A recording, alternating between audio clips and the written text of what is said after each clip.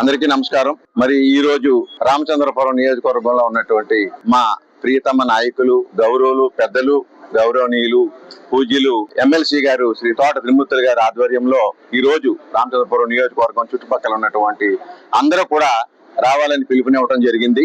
మరి కాపు ఉద్యమ నేత, కాపు జాతి ముద్దు బిడ్డ శ్రీ ముద్రగడ పద్మనాభం గారికి నివాళులర్పించడానికి, సంతాపం తెలియజేయడానికి వచ్చినటువంటి అందరికి కూడా నమస్కారాలు తెలియజేస్తూ, మరి ముద్రగడ పద్మనాభం గారు జాతి కోసం, కాపు కులం కోసం రెండు రాష్ట్రాలలో కూడా ఉమ్మడి ఆంధ్రప్రదేశ్ లో ఉన్నప్పుడు ఆయన ఒక ఎంపీగా, మంత్రిగా, శాసనసభ్యుడిగా ఎన్నో సేవలు అందించి, ఎన్నో పోరాటాలు చేసి, ఎన్నో అవమానాలు పొంది, ఎన్నో ఎదురు దెబ్బలు తిని కాపు కులం అంతా ఐక్యంగా ఉండాలని, కాపు కులస్తులంతా నా కుటుంబం అని భావించి కడుపు నిండా వెళ్ళిన వారికి కడుపు నిండా భోజనం పెట్టి, టిఫిన్ పెట్టి పంపించినటువంటి మంచి హృదయం ఉన్నటువంటి వ్యక్తి.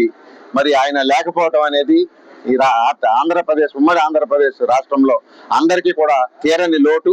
మరి వారి అడుగుజాడల్లో, పెద్దలు వారి అడుగుజాడల్లో ఆ విధంగా జాతి కోసం, కులం కోసం, బడుగు బలహీన వర్గాల కోసం ఆయన చేసినటువంటి పోరాటాలు, సేవ, కృషి ఎనలేనిది.